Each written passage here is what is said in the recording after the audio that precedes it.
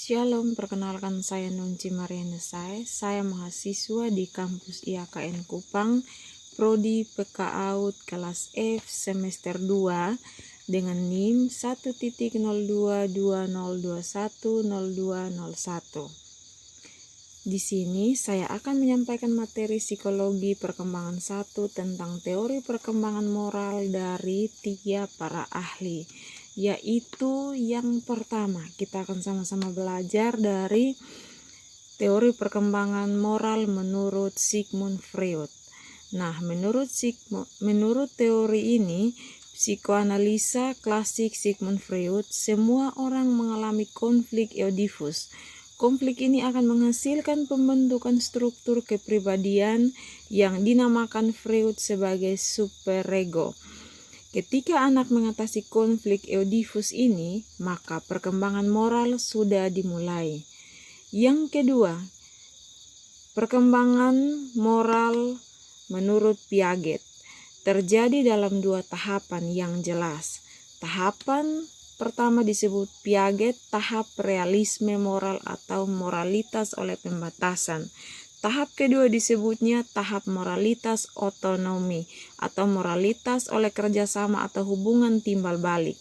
Nah, Jean Piaget, guru besar psikologi eksperimental Universitas Jenewa, telah mengadakan penelitian lebih dari 50 tahun mengenai asal-usul dan perkembangan struktur kognitif dan perkembangan pertimbangan moral. Yang dianalisis Jean Piaget ialah sikap verbal anak terhadap aturan permainan, tindakan keliru, clumsiness, mencuri dan menipu. Dalam tingkat moralitas, Jean Piaget bertolak pada keyakinan seluruh moralitas terkandung dalam sistem peraturan dan hakikat seluruh moralitas harus dicari sikap hormat pada aturan. Ada 2 indikator moralitas yang dideteksi dan diamati melalui, yaitu yang pertama, kesadaran akan peraturan atau rasa hormat terhadap peraturan atau sejauh mana peraturan tersebut dianggap sebagai yang membatasi tingkah laku. Dan yang kedua, pelaksanaan dari peraturan itu untuk kepentingan tersebut. Jean Piaget mengamati anak-anak dari berbagai usia yang sedang bermain kelereng. Perkembangan umur berkembang dari sikap heteronom, bahwasanya peraturan itu berasal dari diri orang lain menjadi otonom dari dalam diri sendiri.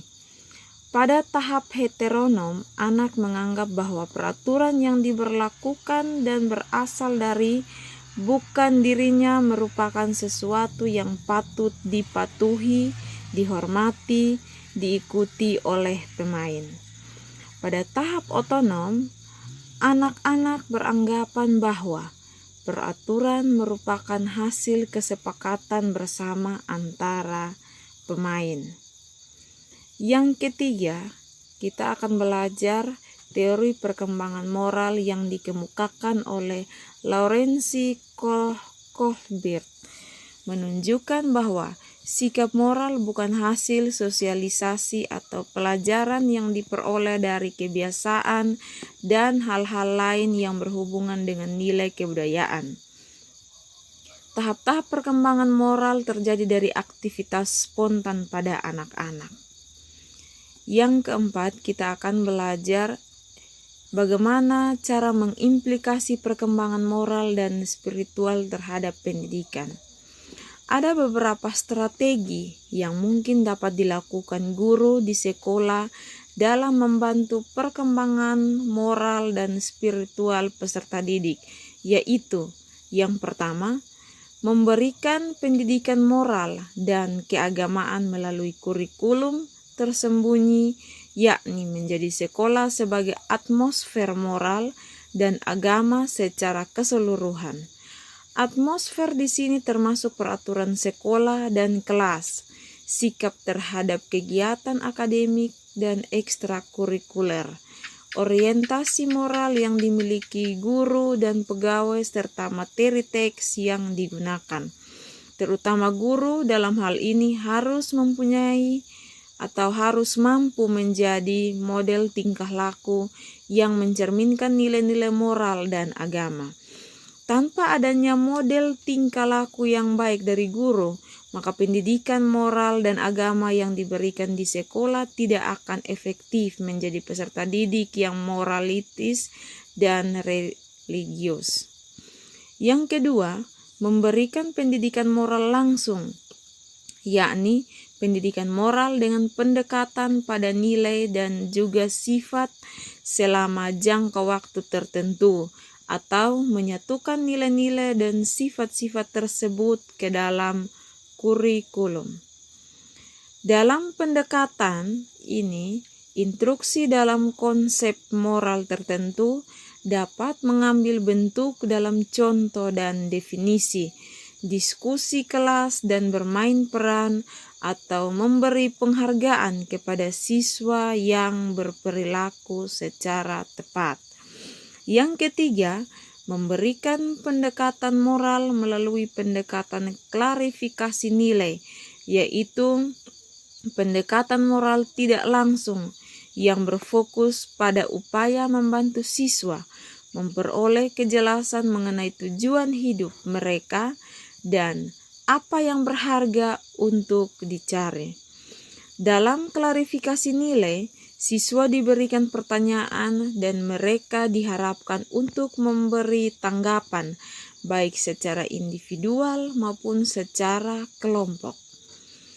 Tujuannya adalah untuk menolong siswa menentukan nilai mereka sendiri dan menjadi peka terhadap nilai yang didapat oleh orang lain.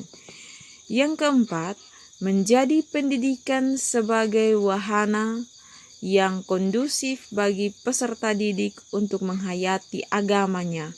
Tidak hanya sekedar bersifat teoritis, tetapi penghayatan yang benar-benar dikonstruksi dari pengalaman keberagaman.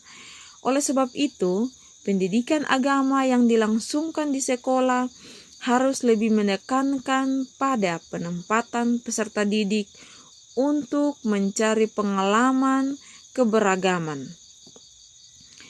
Dengan demikian, maka yang ditonjolkan dalam pendidikan agama adalah ajaran dasar agama yang asarta dengan nilai-nilai spiritualitas dan moralitas seperti kedamaian dan keadilan.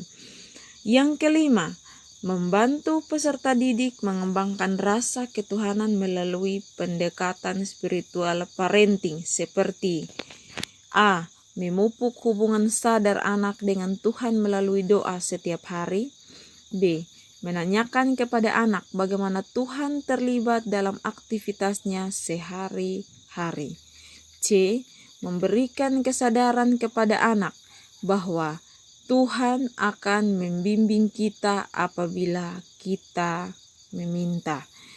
D.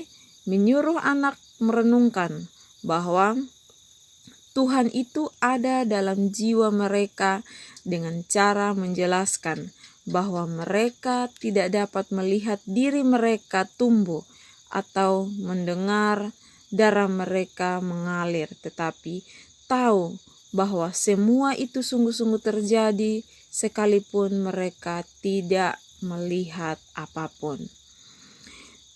Sekian materi dari saya. Dan jangan lupa like, komen, dan subscribe. Terima kasih.